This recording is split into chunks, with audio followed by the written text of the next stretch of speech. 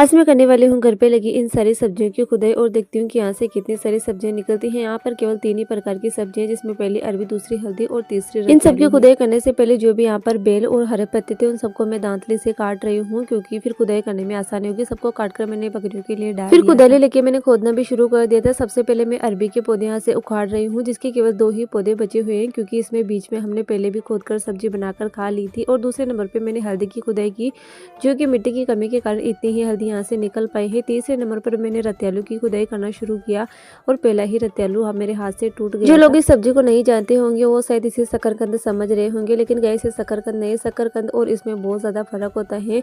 बड़ी मुश्किल से मैंने इसको निकाल लिया था और इतना बड़ा ये हो चुका था बिल्कुल ही कम टाइम में। सब्जी की खुदाई के दौरान बीच में से पपीता का पौधा मिला, जिसको मैंने साइड पर लगा दिया। और आप देख सकते हो एक बर्तन भर के यहाँ से सब्जियां निकल चुकी हैं। और दिन खुश हो जाता है जब हम अपने हाथ से सब्जियां लगाए और हमें अच्छी खासी सब्जियां घर पर ही मिल जाए। उसके बाद मुझे इस खेत की खुदाई करनी थी। छोटा सा आप इसे खेत ही समझ सकते हो। छोटे छोटे मैंने यहाँ पे डोल बनाए और ये थे बीज, जो कि मेरे मूली और चुकंदर के बीज में से मेरे को समझ में नहीं आ रहा था कि कौन सा मूली का है कौन सा चुकंदर का। तो फिर मैंने गूगल करके देखा और सारे बीज एक एक करके मैंने लगा दिए। सबसे लास्ट में मैं यहाँ पे धनिया लगा रही हूँ, क्योंकि सब्जी में डालने के लिए धनिया की जरूरत पड़ती है, इसलिए मैंने उसको साइड में। और अब सबसे लास्ट वाला काम बचा था ऊपर से पानी छिड़कने का। तो मैंने मोटर चलाकर थोड़ा थोड़ा ऊपर से ही पानी छिड़क दिया, ताकि बीज निकल नहीं पाए।